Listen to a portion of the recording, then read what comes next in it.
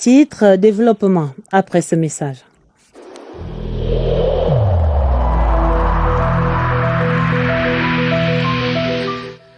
Je vous exhorte de nouveau à porter vos masques, à vous laver régulièrement les mains et à faire appel à un médecin ou à tout autre personnel de santé au cas où des symptômes apparaissent. C'est le seul moyen de préserver les vies et de freiner la propagation du virus.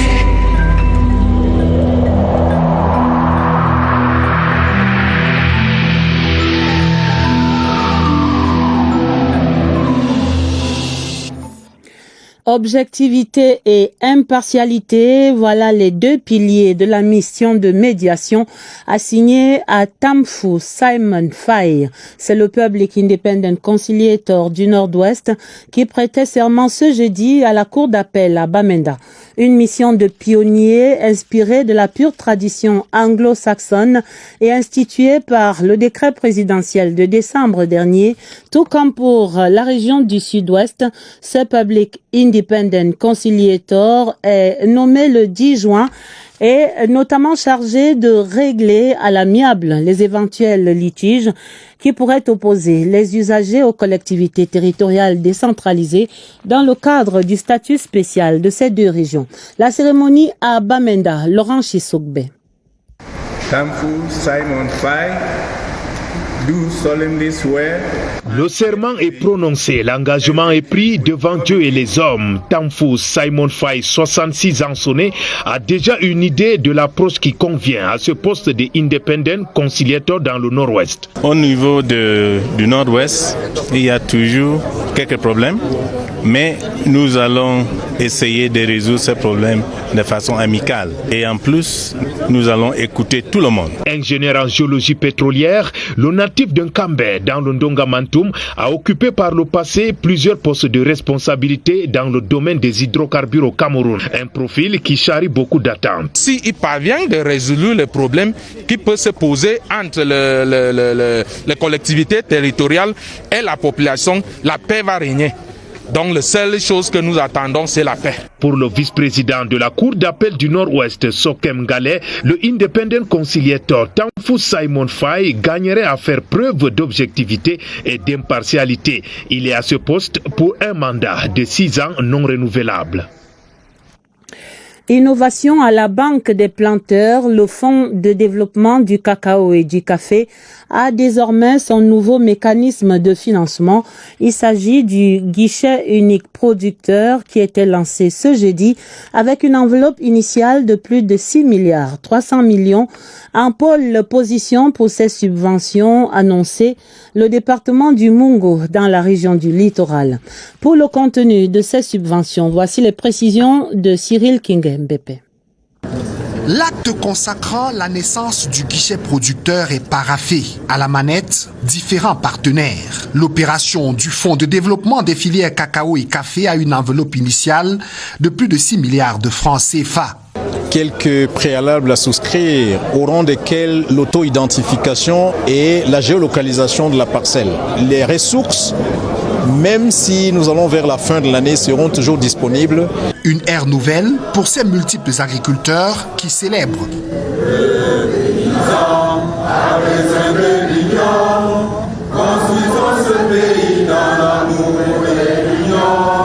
Au dire du gouvernement, c'est un coup de fouet donné à la lutte contre la pauvreté en milieu rural. Le guichet couvre 2 hectares de cacao-café par producteur pour des vergers de moins de 30 ans. 3 types de subventions sont disponibles. Les intrants, les machines agricoles et les infrastructures. Dès le mois d'octobre, l'on aura les premiers fruits. La zone du Mungo étant le terrain pilote avec plus de 14 000 producteurs recensés. Des engrais, des machines et autres infrastructures agricoles, ces subventions sont décidément du pain béni pour les producteurs du secteur cacao-café. L'État et ses partenaires entendent ainsi relancer cette filière avec un objectif de quelques 600 000 tonnes de fèves de cacao pour les prochaines récoltes. Mais il faut préciser que d'autres leviers sont également sollicités pour cette relance de la filière cacao-café. Alvin Giselze. Cacao-café, comme pour traduire le lien ombilical entre les deux produits. L'objectif de production de 600 000 tonnes de fèves de cacao et 185 000 tonnes de café n'a pas été atteint en 2020 selon les statistiques officielles. Il faut des actions fortes et concrètes pour la relance de ces filières. La formation des producteurs, le ravitaillement en intrants, la disponibilité des semences améliorées. Il est important qu'on mette sur pied des champs semenciers pour pouvoir régénérer le verger vieillissant. Cela passe également par la modernisation des équipements de production. Il faut valoriser notamment les monoculturels. La transformation pourrait apporter une plus-value à condition de voir plus grand. Il faudrait réfléchir, et cette fois-là avec l'aide des pouvoirs publics, comment mettre des petites unités de transformation dans les bassins de production pour qu'on commence à vulgariser la consommation auprès des producteurs eux-mêmes. La SODECAO, bras séculier de l'État, est sur la voie des réformes. Nous sommes en train de travailler pour que ces industries soient bien alimentées, n'est-ce pas, en matières premières de qualité. Nous sommes déjà en train de travailler pour la mise en place de dispositions d'arrosage. Cacao-café, deux produits pour qui le gouvernement a la même approche de relance. Cette nouvelle dans le dossier des régions ce soir, le désordre urbain recule à Douala. Malgré quelques poches de résistance, la capitale régionale du littoral retrouve des allures de belle citadine 2 semaines après le lancement de l'opération dénommée « Restituer les trottoirs aux piétons ». Comment ça marche là-bas? Voici le premier bilan avec Léon Bertrand Tanefo. Indéniablement, les effets de l'opération du 22 juin sont encore visibles au lieu dit douche municipale à Aqua. La relative fluidité de la circulation témoigne des efforts de la communauté urbaine de Douala à faire reculer le désordre urbain dans ce secteur névralgique du transport interurbain et du commerce à Douala. Si le changement n'est pas encore optimal, la résistance de certains vendeurs ambulants donne du fil à retordre aux acteurs de la lutte contre ce phénomène incivique. Conséquence, la police municipale est obligée d'activer le levier du contrôle permanent. Mais ici, les vieilles habitudes ont la peau plus que dure. L'hydre du désordre urbain se reconstituant après chaque passage. Heureusement, la détermination de la mairie de la ville est sans faille. Mais à l'évidence, la victoire finale sur le désordre urbain pour restituer les trottoirs aux piétons s'obtiendra au terme d'une bataille de longue haleine. Et l'administration à Douala semble décider. Il s'agit d'améliorer l'espace urbain de la capitale économique. Cela passe également par la libération des emprises, comme au lieu dit Essengue, où des citoyens occupent illégalement une propriété du port autonome de Douala. Après de nombreux avertissements, l'heure du déguerpissement forcé a visiblement sonné. José Gaëtan Changa. Les travaux de cette voie de contournement sont arrêtés car des habitations spontanées empêchent sa réalisation. Essengue est un quartier presque comme les autres où sortent régulièrement de terre, restaurants, lieux de culte et commerce. 20 ans d'occupation anarchique dans un espace appartenant au port de Douala. C'était une zone de mangrove, il n'y avait aucune habitation ici au profit du dragage du port de Douala. C'est à partir des années 90 que quelques habitations spontanées ont commencé à voir le jour et finalement les gens ont continué de s'installer. Les responsables du port, dans l'objectif de faciliter l'évacuation des marchandises, ambitionnent la construction de 10 km de voies de contournement. Essengue regroupe plus de 1000 habitants sur 500 hectares de terrain. Ces occupants illégaux qui n'ont pas souhaité s'exprimer sur la question ont été délogés pour la première fois en 2018, mais sont revenus s'installer sur les lieux propriété du port autonome de Douala.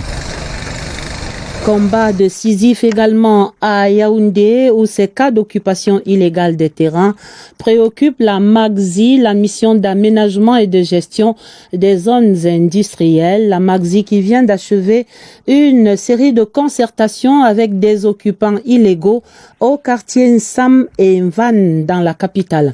Résolution de ces rencontres, il faut instaurer un paiement symbolique de 200 francs CFA par hectare et par an pour éviter des déguerpissements qui seraient socialement préjudiciables. D'autres précisions avec Franck Evina. Pour comprendre l'imbroglio, il faut remonter au 9 décembre 85. L'État avait décidé d'introduire dans son domaine privé 2 parcelles de terrain d'une superficie totale de 316 hectares en vue des travaux d'extension de la zone industrielle de Yaoundé Sud, avec emprise sur les secteurs Mvan et Nsam. En guise d'indemnisation, 1,45 milliard de francs CFA avaient été décaissés pour les familles riveraines. Malgré la compensation, beaucoup ont continué à procéder à la vente des terrains sur la base des titres fonciers qu'ils ont indûment conservés. Tout à l'heure, là, je me posais la question à savoir s'il existe encore des micro-titres sous le titre maire de la MAGSI. La réponse de Christophe Georges Manon, directeur général de la MAGSI, est claire. Il s'agit là d'une unité de plein droit qui invalide titres fonciers et autres actes de rétrocession brandis par certains. Après plusieurs heures de chaud d'échange, la MAGSI propose des sortes de contrats de bail, 200 francs CFA l'hectare et par an. Une alternative qui divise. Les résolutions qui ont été prises, à mon avis, ont été bonnes, d'ordre humanitaire d'ailleurs. D'accord, nos parents ont vendu il y a des siècles. Et nous qui n'avons rien à vendre, qui n'avons que la case qui est là, on fait quoi? Affaire à suivre. Direction la région de l'Est où la ville de Berthois présente également ses habits neufs.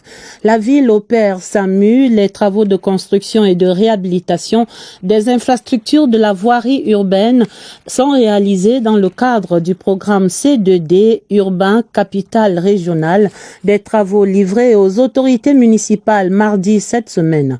Et en attendant leur réception définitive, le ministère de l'Habitat et du Développement urbain salue déjà la qualité de ces ouvrages et recommande aux populations leur entretien. Récit à Berthois, Ousmane Aziz.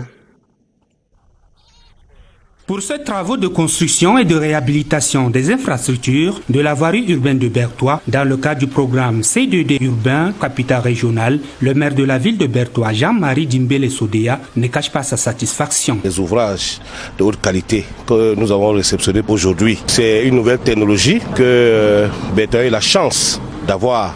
Éclairage public, bitumage des artères de la ville, installation des feux tricolores sont entre autres travaux réalisés par le programme C2D. Il s'agit de 18 km de voirie, 1 an d'études, 1 an de passation de marché, mais 3 ans de travaux où on a été régulièrement applaudis. Recommandation à l'endroit du maire de la ville et des différents maires d'arrondissement. Une sensibilisation optimale se fasse et accompagne de manière optimale cet investissement qui a été fait par le chef de l'État au travers de ce programme C2D. Pour un coût total de 17 milliards de francs CFA, ces travaux de construction et de réhabilitation de la voirie urbaine de Berthois est le fruit du partenariat entre le Cameroun et l'Agence française de développement. La suite de la série est sur les retombées du plan triennal spécial jeunes au Cameroun. Nous allons ce soir visiter la région de l'extrême nord. Là-bas, des destins sont également changés. On compte plus de 1200 projets financés avec un impact direct et indirect sur plus de 10 000 jeunes Camerounais. Parmi ces bénéficiaires, Moïse Diora et Joséphine Natagé, que vous allez voir dans le reportage qui va suivre. Tous deux sont engagés pour l'un dans la viculture et pour l'autre dans l'industrie de l'habillement. Incursion dans leur vie nouvelle avec Lionel Mingué à Marois. C'est désormais dans sa ferme avicole, si au quartier Kongola à Marois, que Moïse Diora passe l'essentiel de son temps après avoir bénéficié d'un appui du plan triennal spécial jeune. Il y a la construction de la ferme qui est déjà là. Et le forage est là, le tricycle et les autres matériels aussi. J'ai commencé mon passe avec 600%. D'un autre côté, cette fois en matière de haute couture, Joséphine Natagé fait parler d'elle grâce à son expertise renforcée par l'accompagnement du ministère de la Jeunesse. J'ai reçu une machine email, une machine à broder, une machine à souffleuse serrée et 6 machines simples. Mon activité a grandi, ce qui fait que j'ai pu recruter 3 personnels. Abdoul Nassir, quant à lui, est ingénieur des travaux en système réseau, diplômé de l'IAI Cameroun. Depuis des mois, il gagne sa vie grâce à la création de son entreprise. On a eu à bénéficier le matériel, le micro-ordinateur, l'imprimante et un serveur de messagerie SMS. Le matériel de maintenance, ça m'a permis de sortir de l'état du chômage et d'embaucher certaines personnes de temps en temps. Que ce soit Joséphine Natagé, Moïse Djora ou Abdoul Nassir, leur expérience constitue la preuve que le plan triennal spécial jeune change des vies dans l'extrême nord. Carton rouge au tribalisme dans la région du centre. À présent, la Commission pour la promotion du bilinguisme et du multiculturalisme est dans cette région pour la suite de la campagne contre la prolifération des discours haineux dans l'espace public. Et pendant 2 jours, la délégation que conduit l'abbé Jean-Marie Baudot va rencontrer l'essentiel des acteurs sociaux de cette région du centre. Il s'agit de rechercher des moyens pour vaincre ensemble ce cancer social, véritable frein au vivre ensemble au Cameroun. Je vous propose d'entendre l'abbé Jean-Marie Baudot dans cet extrait sélectionné par Éric Benjamin Lamère. Nous visons à combattre le discours de haine et la xénophobie. Notre société est aujourd'hui malade de ce fléau-là. Et pour le faire, il faut déconstruire le discours. Il faut que la haine cède la place à l'amour. Et il faudrait que la division que ce fléau-là cause laisse la place à l'unité des Camerounais, à la paix que les Camerounais et les Camerounaises doivent vivre. C'est ce que nous devons faire. Et ce n'est pas un travail d'une autorité, c'est un travail de tous les acteurs sociaux et du peuple lui-même. Reparlons encore de la session parlementaire du mois de juin qui s'est achevée hier, mercredi. À l'Assemblée nationale comme au Sénat, on a compté 7 projets de loi adoptés. Point culminant de cette session, le débat d'orientation budgétaire qui aura permis aux élus du peuple d'avoir une vision globale sur les prévisions économiques et budgétaires de la période 2022-2024. Bilan d'une session. Mathieu Kemgo. Le débat d'orientation budgétaire est intervenu au dernier jour de la...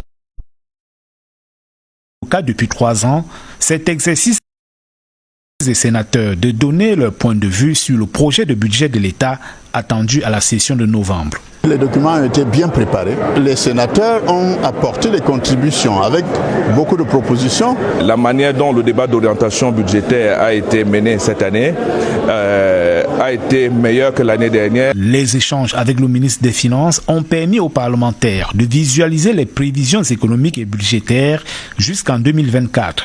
Le ministre des Finances était aussi le porte-parole du gouvernement pour 2 projets de loi modifiant la loi de finances 2021.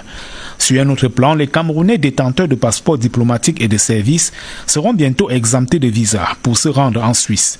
Un projet de loi relatif a été adopté, tout comme celui renforçant le partenariat économique entre le Cameroun et le Royaume-Uni de Grande-Bretagne. Les débats au Parlement ont aussi abouti à l'adoption de textes garantissant un meilleur encadrement du volontariat et la gestion des ressources génétiques. Le ministre de la Santé publique a défendu et obtenu l'adoption du projet de loi portant création de l'Agence africaine du médicament. Les sénateurs et députés ont eu diverses autres activités rentrant dans l'animation du Parlement. Ils retrouvent le Palais des Congrès en novembre prochain. En nécrologie, d'abord les hommages judiciaires pour Martin Rissouk Amoulon. Ce jeudi, la Cour suprême célébrait la mémoire et l'œuvre de cet ancien procureur général près la Cour suprême du Cameroun à la retraite.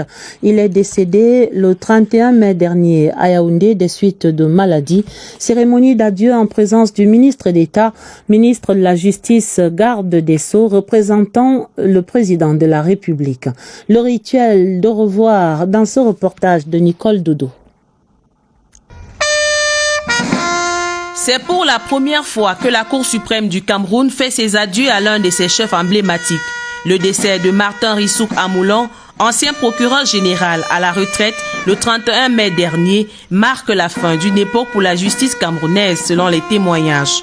Cérémonie d'hommage marquée par une vive émotion, le digne fils du Mbambe Inoubou a incarné pendant près d'un quart de siècle une magistrature debout. Ses états de service présentent une riche carrière avec une fleur au sommet.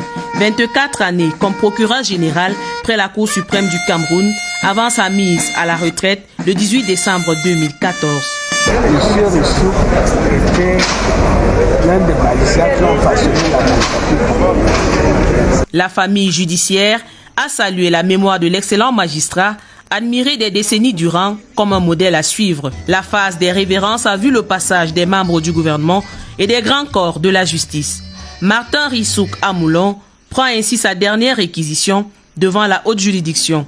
Il sera enterré ce samedi 10 juillet 2021 dans son village natal à Bafia, dans le Mbambe Inoubou, région du centre.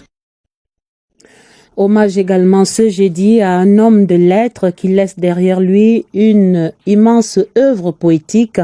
Le professeur Patrice Caillot est décédé le 26 mai dernier. Il était âgé de 86 ans. Sa dépouille mortelle était mise en bière à l'hôpital général de Yaoundé. L'illustre enseignant à l'école normale supérieure de Yaoundé sera porté en terre samedi après-demain dans son village Ambo, dans la région de l'Ouest. Mohamed Nana. C'est le point final au roman de sa vie sur Terre. Le professeur Patrice Caillot range définitivement sa plume. Reposant dans un cercueil, il entame son voyage pour le monde du silence. Il était comme sa poésie, flamboyant. Pour nous, c'était un père aimant, présent. C'est un grand Africain qui a fait le trait d'union par son œuvre entre notre héritage et la modernité. Une belle âme que le prélat recommande au Seigneur à travers une prière. 86 ans de vie et une production littéraire éloquente. Poète, essayiste, nouvelliste et romancier. Entre les pages de ses œuvres, son testament. L'un de ses fils dans la science déclame un poème en guise d'hommage. Je vous lègue mes chants, brises, grelons de paix. Je voulais les porter au fond des horizons pour en tisser des ponts entre les abîmes des cœurs. À l'écoute, l'auteur reprend vie sur son portrait. Souriant, il semble dire qu'il est juste passé dans la pièce d'à côté.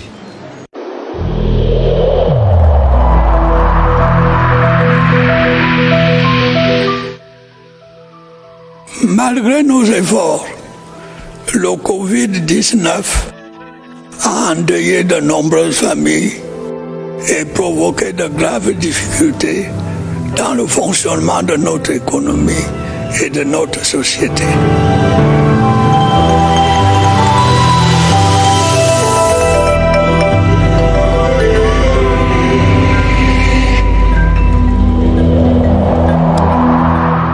Dans notre page spéciale consacrée à ce combat contre le Covid-19, nous allons faire le point 24 heures après le lancement de la vaccination intensive contre ce virus. Les premiers chiffres dans les aires de santé sont déjà disponibles. Nous allons voir par exemple au district de santé des Foulanes ici à Yaoundé qui enregistre 560 personnes déjà vaccinées. Mais comment accélérer ce processus? La question, nous la posons à Évariste Yenga et à son invité et nous attendent déjà au centre des opérations des urgences de santé publique. Bonsoir Évariste, bonsoir à votre invité. Bonsoir Adèle, il s'agit des réalités de terrain. Ce soir, allons voir comment la vaccination se porte justement dans un district de santé. C'est celui des Foulanes à Yaoundé, 3e avec nous, le chef de ce district de santé, le docteur Georges Otou. Docteur, bonsoir. Bonsoir Évariste. Merci d'avoir accepté l'invitation. Comment fonctionne la vaccination depuis 48 heures qu'elle a été lancée? La vaccination fonctionne très bien. À ce jour, nous avons vacciné déjà 560 personnes. Dans les postes fixes que sont l'hôpital militaire, de Yaoundé, l'hôpital du district de Foulane, le centre médical, l'arrondissement d'Arala. Nous avons vacciné près de 500 personnes et dans les postes mobiles, nous avons vacciné près de 60 personnes. En termes de sensibilisation, nous avons sensibilisé près de 10 000 personnes. Il a été recommandé il a été recommandé aussi une synergie des différentes administrations. Comment les collectivités territoriales et les autres administrations contribuent-elles? Au niveau du district de santé de Foulane, tout est organisé sous la coordination de monsieur le sous-préfet de l'arrondissement de Yaoundé 3. Le maire nous accompagne et nous appuie en termes de logistique. Par exemple, hier, monsieur le maire lui-même s'est fait vacciner. Merci à vous, docteur Otou. On vient de le noter. C'est une mobilisation tous azimuts. Les administrations qui apportent leur contribution, jouent leur partition dans cette vaccination de masse et aussi le nombre exponentiel de personnes qui se font vacciner. À vous le plateau. Merci Évariste et bon vent à cette campagne de vaccination contre le coronavirus. Autre actualité, ce jeudi, le quotidien Mutation qui souffle ses 25 bougies, un quart de siècle au compteur, ce 8 juillet. Une édition spéciale a été produite pour marquer ce temps de célébration, un recueil de témoignages et d'analyses qui présente l'histoire du quotidien de sa création à nos jours avec une projection vers l'avenir. Nadia Amana a assisté au bouclage de ce numéro spécial et elle raconte l'événement.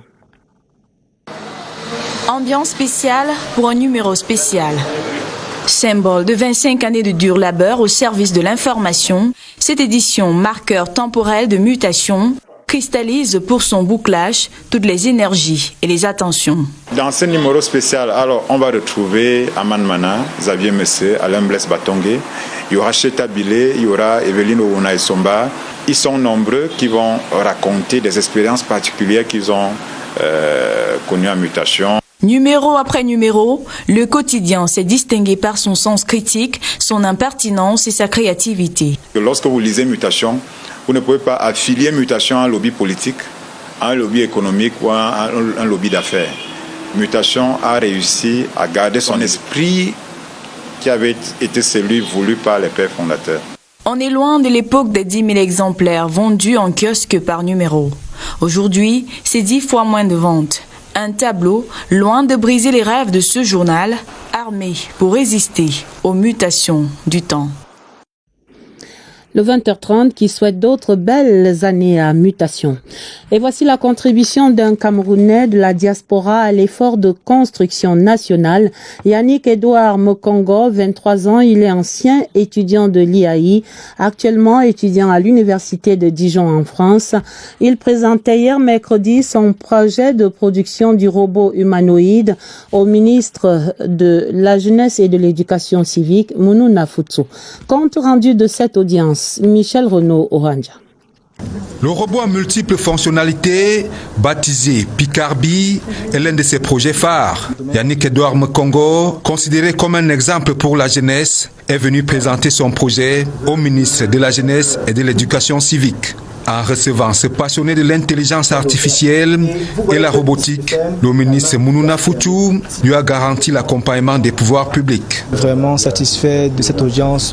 Beaucoup de propositions ont été faites, notamment sur la protection du projet, sur les besoins nécessaires pour pouvoir avancer dans le projet et sur l'accompagnement. Sur le plan scientifique, ce projet peut apporter une plus-value, notamment dans le domaine de la médecine, où on pourra être capable de faire des opérations à distance. Cette rencontre matérialise à suffisance la place que le gouvernement accorde à une jeunesse qui ose.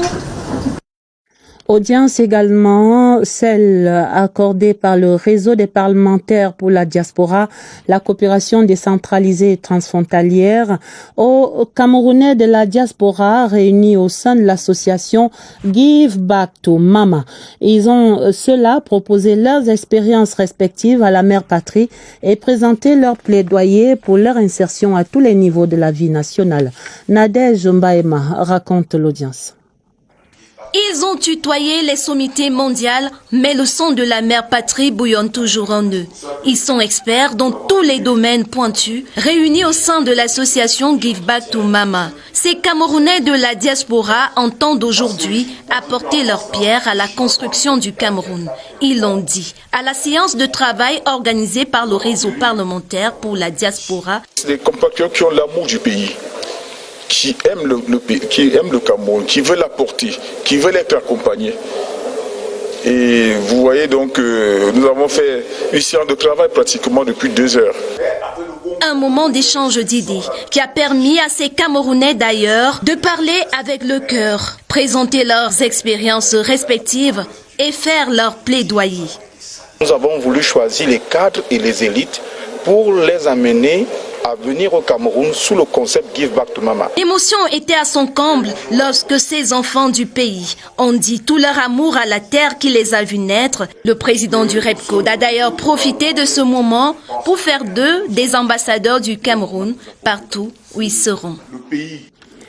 Pour ceux qui veulent devenir un négociateur de qualité totale, voici un ouvrage que vient de publier le docteur Boniface Nkobena Fontem. Il est diplomate, ministre plénipotentiaire de classe exceptionnelle et chargé de mission au cabinet civil de la présidence de la République. La cérémonie de dédicace avait lieu ce jeudi à l'Institut des relations internationales du Cameroun et c'était en présence du professeur Jean-Marie Bipounoum, le représentant du ministre d'État, ministre de l'Enseignement supérieur, chancelier des ordres académiques. William Badier, le reportage. Comment devenir un négociateur de qualité totale? La réponse dans cet ouvrage de 334 pages, écrit par le docteur Boniface Nkobena Fontem, diplomate chevronné, ministre plénipotentiaire des classes exceptionnelles et chargé de mission à la présidence de la République du Cameroun. Le chef-d'œuvre, qualifié d'exceptionnel à juste titre par le professeur Jean-Emmanuel Pondy, est un livre holistique capable de transformer n'importe quel de ses lecteurs en parfait négociateur. C'est un ouvrage qui a pour auditoire une catégorie de personnes. Vous prenez par exemple le chapitre 4 qui identifie 8 domaines d'interaction humaine où la négociation intervient très souvent. Nous avons besoin des négociateurs qui soient des négociateurs professionnels et dans ce livre vous allez trouver toutes les techniques importantes de la négociation qu'il y a à savoir.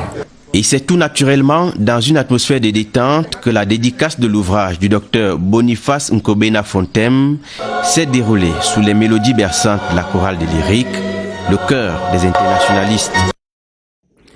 Et pour un esprit sain dans un corps sain, les députés de l'Assemblée nationale ont désormais leur salle spécialisée de gymnastique. L'inauguration de cet espace loisir était suivie de la remise des médailles au personnel sous la houlette du vice-président Kombo Beri. Pulchéri Até. Une salle de sport et de soins esthétiques. L'administration parlementaire a mis les petits plats dans les grands. Un ensemble d'ateliers permettant le développement de qualités cardiovasculaires, les tapis, le vélo, les skis, les steps. Et puis vous avez un compartiment pour le développement de la musculature en général. Les élus de la nation accueillent à cœur joie cet espace de bien-être. Nous remercions le président de l'Assemblée nationale qui nous a offert vraiment cette salle de sport. C'est venu à point nommé avec une fin de session santé pour tous. Tout aussi en joie, les 25 personnels de l'Assemblée nationale ayant reçu par la même occasion des décorations au titre du 20 mai 2021. Très ému. C'est 12 ans de travail. Merci au bon Seigneur de m'avoir accordé ce jour. Et je dis merci au président de l'Assemblée nationale, merci au secrétaire général. C'est une période tant attendue, mais je crois que Dieu a voulu que ce soit fait aujourd'hui. Des moments de détente offerts par l'administration parlementaire après une session législative dense et intense. Et c'est la fin du 20h30. On retient essentiellement la prestation de serment ce jeudi du Public Independent Conciliator de la région du Nord-Ouest. C'était dans ce journal et il faisait suite à l'installation avant-hier de ce Public Independent Conciliator de la région du Sud-Ouest également. Le journal était préparé avec la collaboration de Elvire Angeline Ebalé, Augusta Ngononga et Christelle Beina. Vous aurez un autre journal à minuit présenté par Dieudonné Zra et Ewane Epolé. Retrouvez sur cette antenne dans l'immédiat le documentaire sur l'impact de la collaboration sur les groupes vulnérables. Pour les 20h30 du week-end, dès demain vendredi aux 20h30 donc, vous serez en compagnie de Atabadine Oumar. Je vous souhaite d'avance un excellent week-end, très belle soirée sur toutes les antennes de la CR TV et à lundi 20h30.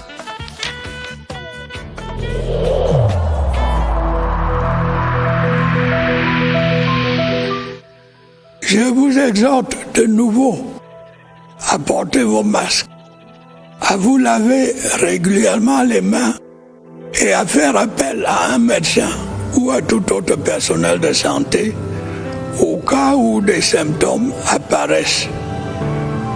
C'est le seul moyen de préserver les vies et de freiner la propagation du virus.